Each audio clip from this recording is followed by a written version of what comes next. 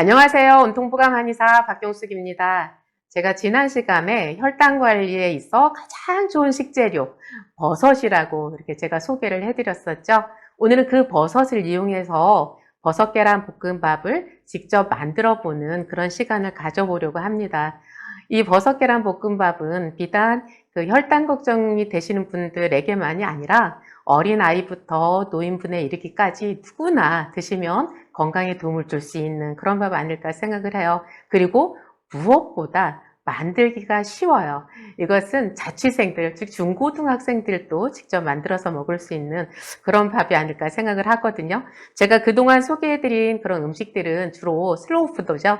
그러니까 만드는데 시간도 좀 많이 걸리고 노력도 좀 많이 드는 이제 이런 음식이었다면 오늘은 정말로 쉬워요. 한번 직접 들어가 볼게요.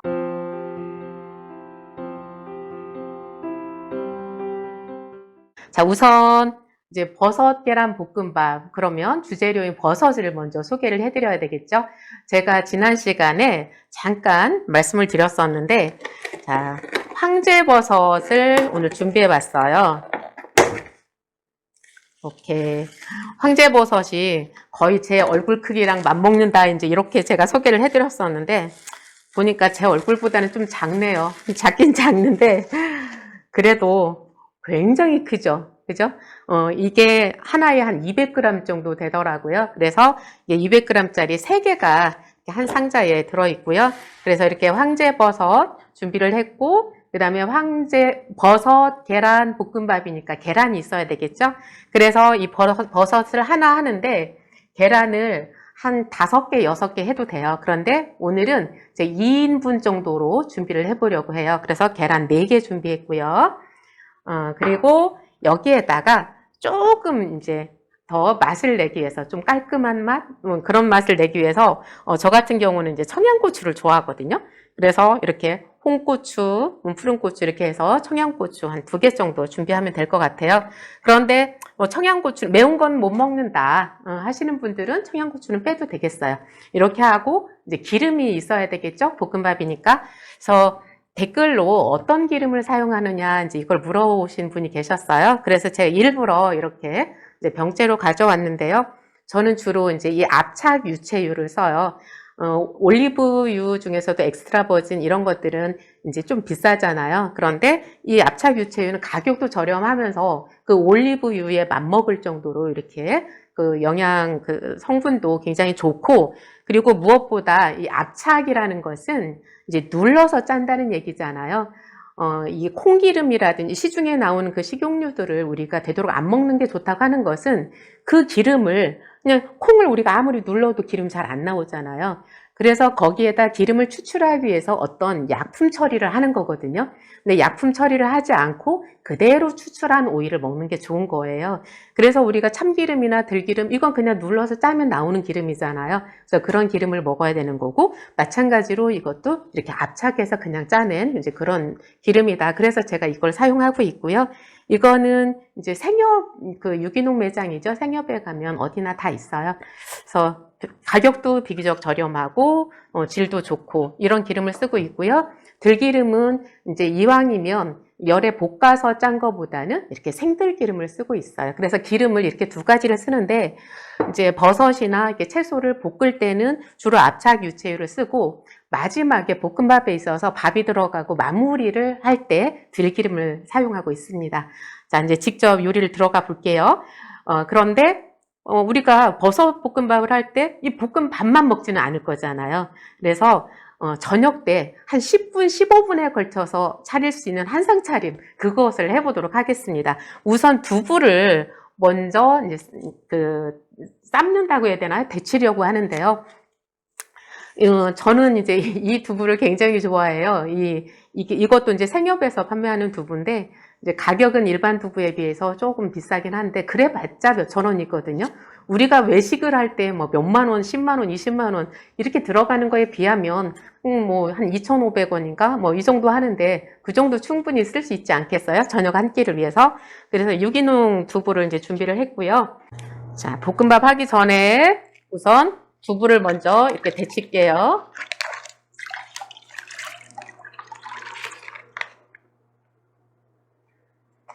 얘는 익으라고 이렇게 넣어두고요. 이제 버섯을 잘라서 해볼게요. 끝에는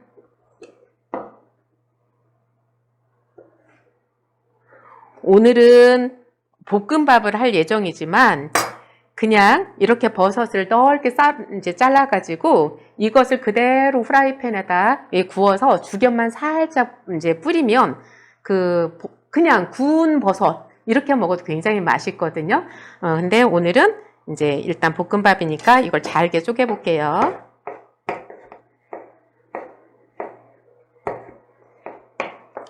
주먹밥을 할 것이 아니기 때문에 이것을 너무 조그맣게 막 잘게 다지려고 할 필요는 없고 그냥 어느 정도만 이렇게 다져도 괜찮고요. 이것이 버섯이 수분이 많기 때문에 빠지면서 부피가 많이 줄거든요. 그래서 어느 정도 엉성하게 이렇게 썰어 놓으면 되고요. 그 다음에 청양고추 2개를 손질해 놓을게요. 이렇게 간단하게 재료 준비 다 끝났습니다. 재료 준비 다 됐고요. 이제 계란 여기 있고, 자, 이제 이것을 이제 불을 켜볼게요. 불을 켜고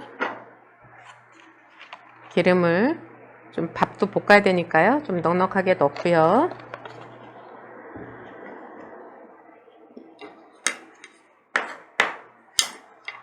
어느 정도 가열됐을 때 이제 따뜻해지면 이 버섯을 넣으면 되는데 이게 연기 날 정도로 타지만 않으면 뭐 이게 이제 기름이 막 끓는 온도 때문에 오히려 뭐 암 유발하고 막 이런 걱정하실 수 있거든요. 당독소 생기는 거 아니냐 막 이런 얘기들 하실 수 있는데 그것이 이 온도를 너무 높지 않게 사용하면 그 발화점이라는 것이 있잖아요. 일정 온도가 넘어가야 160도, 170도가 넘어가야 그때부터 기름이 타는 거거든요. 그거보다 좀 낮은 온도로 하면 그런 걱정은 안 하셔도 되세요. 그래서 우리가 일상적으로 요리하는 온도에서는 그런 건 걱정하지 않으셔도 되고요. 자, 이제 어느 정도 따뜻해진 것 같아요. 그래서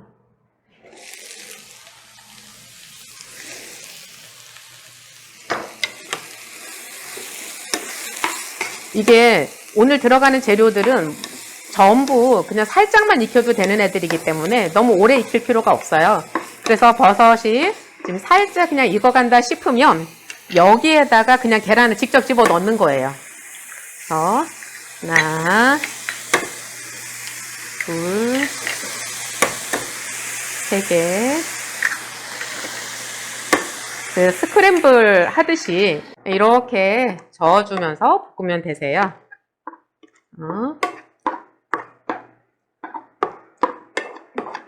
계란도 또 살짝 익어도 되죠? 자, 이 정도 됐을 때 밥을 넣는데요. 어떤 밥을 이제 사용했는지 그걸 또 궁금해 하시는 분이 계시더라고요. 이게 보시다시피 7분 도미에다가 귀리를 이용한 그런 밥이에요. 그래서 이게 보통 한 그릇이라고 그냥 보통 한 사람이 먹을 정도 분량인데 이 정도 가지면 원래 한 사람이 먹을 분량인데 이것을 2사람이 먹어도 충분한 분량으로 늘어날 거예요. 네. 어차피 이제 볶음밥을 하는 거기 때문에 제가 따뜻한 밥이 아니라 찬밥을 지금 가져왔거든요. 사실은 어제 저녁에 먹고 남은 밥이에요. 그거를 가지고 왔고요. 여기다가 소금도 넣을게요. 저는 이제 3번 구운 죽염을 쓰는데요. 이렇게 소금은 이제 이렇게 짜게 먹는 정도가 정말 개인차가 크기 때문에 얼마큼 넣는다 이런 게 없이 죽염이 조금 싱거운 편이라서 짠맛이 좀 덜하기 때문에 좀 넉넉하게 넣으셔도 될 거고요. 이렇게 해서 이렇게 거의 계란이 익어가고 이제 조금만 더 볶아도 되겠다 싶은 시점에서 이제 저는 들기름을 이제 더 넣거든요. 일단 밥이 뭉친 걸 풀어주고 이제 질척한 것이 거의 없어지고 이제 꼬들꼬들한 느낌이 들면 그때 멈추면 되는데요. 자, 이제 벌써 계란이 거의 익어가면서 이제 질척한 느낌이 많이 없어지고 있죠. 자, 이때 들기름을 조금만 이제 넣을게요. 넉넉하게 넣으셔도 괜찮아요. 들기름은 그냥 생들기름이라 한 숟가락 그냥 먹기도 하기 때문에 들기름을 좀 넉넉하게 넣고요. 여기에다가 마지막으로 이제 청양고추 넣을게요. 청양고추는 안 넣으셔도 되세요. 근데 조금 더 입맛 땡기라고. 그리고 보기에도 좀 예쁘고요. 네, 이제 거의 완성이 됐습니다. 이렇게 해서 이제 불 끄고요. 다 됐고요. 이제 이걸 하는 동안에 두부가 다 익었거든요. 이제 두부를 건져 볼게요. 이게 두부가 크지는 않은데 이게 330g짜리 두부거든요. 그런데 여기에 단백질 함량이 33g이나 들어있더라고요. 그래서 이것을 2인 기준으로 먹는다고 치면 두부 반모를 먹으면 단백질을 한 16g 정도 먹는 셈이 되는 거예요. 굉장히 많은 양이거든요. 이게 어떤 콩을 사용했느냐에 따라서 이제 단백질 함량이 조금 다른 건지는 모르겠는데 다른 두부에 비해서 얘가 단백질 함량이 조금 높은 것 같더라고요. 자, 어쨌든 이렇게 두부를 썰어서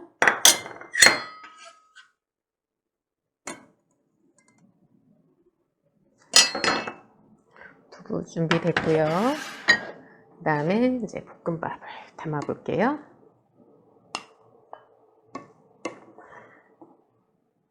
사실 이게 이제 조금 드시는 분들은 두 분이서 드시기에도 이게 넘칠 거예요. 저희 집 기준으로는 이 정도면 3명이서 먹거든요. 아이들도 이렇게 밥을 많이 먹는 편은 아니라서. 자, 이렇게 준비했고요. 두부를 뭐하고 먹을까 생각해 봐야죠. 두부는 저는 지난번 영상에선 갓김치랑 먹었다고 했는데 오늘은 배추김치를 이렇게 준비해 봤습니다. 이렇게 완성을 했는데요. 자, 어때요? 제가 오늘은 거짓말한 것 같지 않죠? 만들기 간단하죠. 그냥 퇴근해서 시간이 많지 않고 빠르게 준비해서 저녁밥을 먹어야 될 때 이렇게 한 10분 정도면 충분한 것 같아요. 이렇게 금방 준비할 수 있고, 그래서 이제 먹는 순서가 이제 제가 중요하다고 했죠? 이렇게 볶음밥을 했는데, 우선 볶음밥부터 한 숟가락?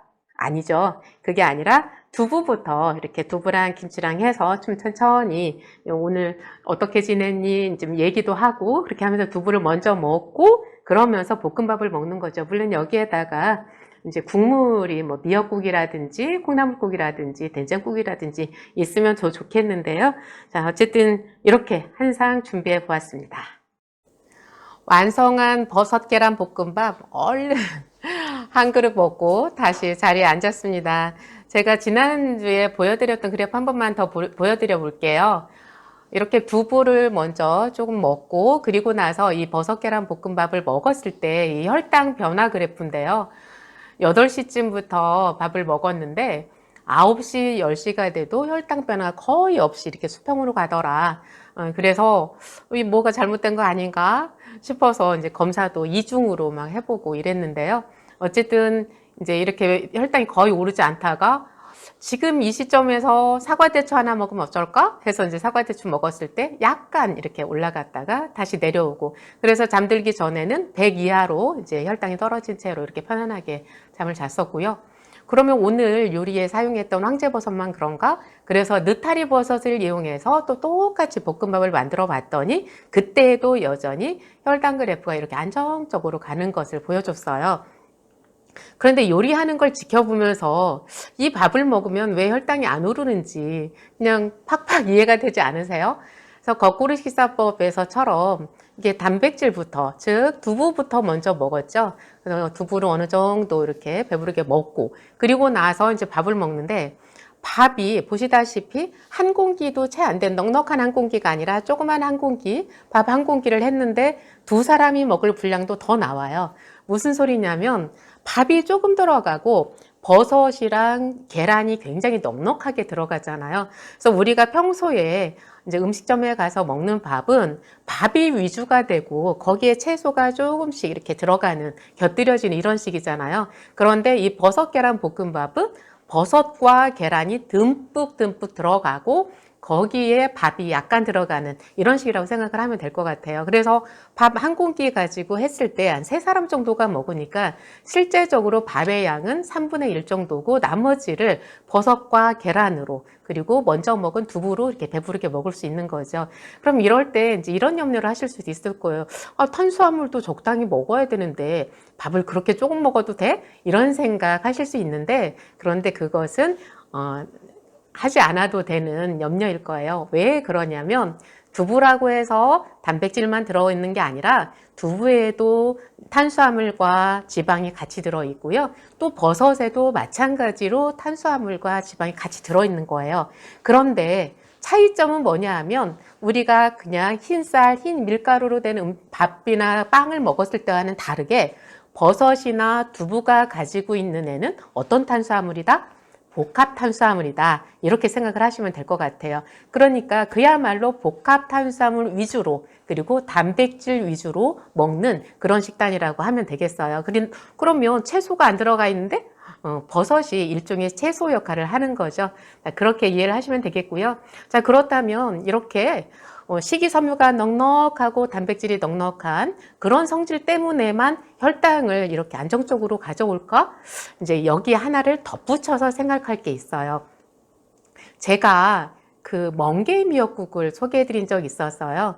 골다공증, 당뇨, 그리고 뼈 건강에 도움이 되는 음식 하면서 멍게 미역국을 소개해 드린 적이 있었는데 그때 멍게를 소개하면서 멍게에는 바나듐이라는 영양소가 많이 들어있다 그런 말씀을 드렸었어요.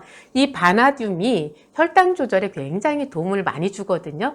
그래서 바나듐이 어떤 역할을 하냐면 인슐린이 잘 분비될 수 있도록 도와주는 그런 역할도 하고요. 또 천연 인슐린처럼 역할을 하기 때문에 어떤 논문에 의하면 이 바나듐을 일정 6개월 이상 이렇게 꾸준히 섭취했을 때에 인슐린 주사를 맞던 사람이 인슐린을 끊고서도 정상으로 들어온 이런 케이스가 있었다. 이제 이런 논문도 있는데요. 어쨌든 그 정도로 혈당 조절에 큰 역할을 할 수 있는 그런 이제 미량 영양소가 바나듐이다. 이렇게 생각을 하시면 되는데요.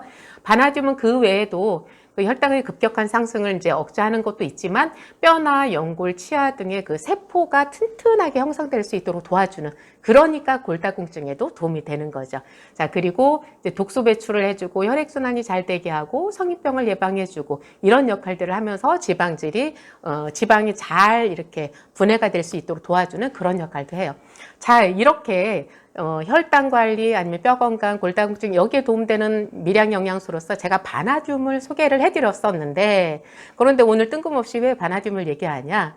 이 바나듐과 가장 유사한 성질을 가지고 있는 그 영양소가 크롬이에요. CR이라고도 이렇게 원소 기호는 쓰는데요. 이 크롬이 버섯에 굉장히 많이 들어있다는 거예요. 그래서 버섯은 식이섬유가 넉넉하고 단백질이 풍부하고 그리고 단순 탄수화물이 아니어서 혈당을 이제 어느 정도 안정적으로 유지하는 그런 역할도 하지만 이 크롬이 들어있기 때문에 혈당 관리에 더 도움을 준다. 이제 이런 얘기인 거죠. 자, 그래서 크롬이 어떤 역할을 하냐? 인슐린 수용체에 결합하는 인슐린 수용체에 결합하는 것을 도와준다. 그럼 이게 무슨 말인가 싶죠? 자, 우리가 어떤 집을 들어가야 돼요. 집을 들어가야 되는데 그 대문에 자물쇠가 잠겨져 있어요. 자, 자물쇠가 잠겨져 있고요. 그럼 그 자물쇠를 열쇠로 열어야 되잖아요. 자, 이때에 이게 인슐린 수용체라고 생각을 하고요. 자, 인슐린이 있어요. 그럼 인슐린이 와서 인슐린 수용체랑 딱 결합을 해야 문이 열리겠죠? 자, 열쇠가 와서 자물쇠에 딱 맞아서 딱 돌아가야 그게 이제 문이 열리겠죠. 자, 그래서 이렇게 열쇠 역할을 해주는 게 이제 인슐린이라면 자물쇠 역할을 해주는 게 인슐린 수용체예요. 그래서 서로가 딱 만났어요. 자, 그래서 열쇠로 이제 자물쇠를 열었어요. 자, 그러면 대문이 열리나요? 아니죠. 자, 인슐린이 인슐린 수용체에 딱 해서 땄고요. 그 다음에는 대문을 밀어 붙여야 되죠. 자, 이런 것처럼 이제 그림을 한번 볼게요. 그림에서 보면 인슐린이 있고요. 인슐린 수용체가 있어요. 우리가 먹은 것이 이제 소화가 돼서 혈중에 당으로 이렇게 떠돌아다니다가 이것이 세포로 들어가기 위해서는 이제 인슐린에 의해서 인슐린 수용체가 이제 받아들여서 이 문을 열어줘야 되는데 그 문을 열 때 이 GLUT4라는 단백질이 이게 이제 나오면서 이게 문을 열어주는 거예요. 그러면서 포도당을 집어 넣는 거죠. 그러니까 이 포도당 하나가 당이 이렇게 세포로 들어가는 것 자체가 쉬운 일이 아니라는 거예요. 이런 여러 가지 절차를 거치게 되는데, 그런데 이런 절차 속에서 이 크롬이라는 성분이 이 인슐린이 인슐린 수용체랑 잘 결합할 수 있도록 도와주고, 그 다음에 GLUT4라는 것이 이 세포의 문을 딱 열어서 포도당이 세포 안으로 들어갈 수 있도록 문까지 열어주는, 거기에도 작용을 한다는 거예요. 이렇게 수송체를 자극해주는 이런 역할을 하는 것이 크롬이다. 그러니까 이 버섯을 먹었을 때 왜 혈당이 안정적으로 갈 수 있는지 이해가 되셨죠? 그러니까 뭐 우리가 이제 당 지수가 낮은 음식을 먹는 게 중요하다, 이제 이런 얘기를 하는데, 그런데 무조건 당 지수만 가지고 얘기할 게 아니라 항상 우리가 건강을 이해할 때는 다각도로 이해를 해야 되는 거예요.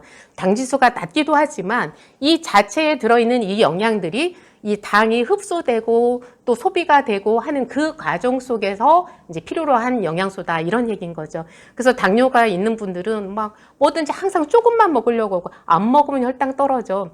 지난번 제가 저의 식단을 공개를 한번 했더니 어떤 분이 비웃으면서 이제 그런 댓글 달았더라고요. 좀 간단히 먹으라고. 너 이렇게 많이 먹을 필요가 있냐, 막 이제 이런 댓글을 다신 분도 있던데, 근데 저한테는 이제 그런 생각이 있는 거예요. 오히려, 그러니까 당뇨 진단을 받고 나면 또 혈당 스파이크가 막 올라간다고 하면 무조건 줄이는 거예요, 음식을. 줄이고 채소 위주로만 먹어야 되고, 이런 생각을 하다 보면 자꾸 근육량이 빠지고, 그러면서 나중에 근육량이 빠지고 나면 혈당 조절이 안 되고, 이렇게 근감소증에 의해서 그것 때문에 건강이 악화돼서 오시는 분들이 굉장히 많거든요. 저는 늘 그분들을 배려하는 마음이 사실은 가장 우선적으로 이게 가지고 있어요. 그래서 제가 충분히 먹으면서도 혈당이 안 오르는 것, 이런 것 위주로 제가 좀 고민을 하고 있고요.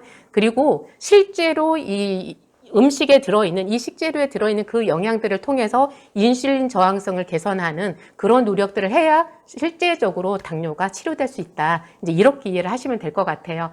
자, 그래서 그럼 버섯에 크롬이 들어있으면 얼마나 들어있길래, 또 이렇게 생각할 수 있죠.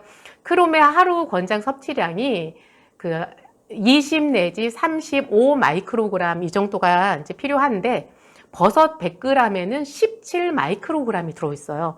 그러니까 버섯 100g만 먹어도 거의 하루 필요량에 가까운 만큼을 먹을 수가 있는 거예요. 그러니까 뭐 멸치 100g을 먹어라, 그럼 쉽지 않지만, 아까도 보셨지만 그 황제버섯 한 개가 200g이란 말이에요.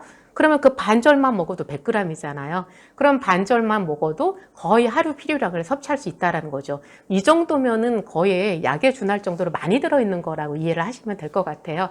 그래서 자, 오늘은 이제 버섯 계란 볶음밥을 통해서 혈당을 좀 안정적으로 유지할 수 있다, 이런 말씀을 드리는데, 그런데 버섯 계란 볶음밥만 해서 그것만 달랑 먹는 것이 아니라 이 볶음밥마저도 먼저 두부나 계란을 먼저 먹고 이 볶음밥을 먹는 것이 좋다, 이 말씀 드리고요. 그리고 이제 이 버섯에는 혈당 조절에 깊이 관여하는 크롬이라는 영양소가 넉넉하게 들어있다. 그래서 우리가 소량 먹으려고만 하지 말고 이렇게 많이 먹어도 혈당을 오르지 않게 하면서 건강에 도움을 줄 수 있는 이런 식단으로 가져가자 말씀드렸습니다. 다음 시간에 또 좋은 정보 가지고 오겠습니다. 감사합니다.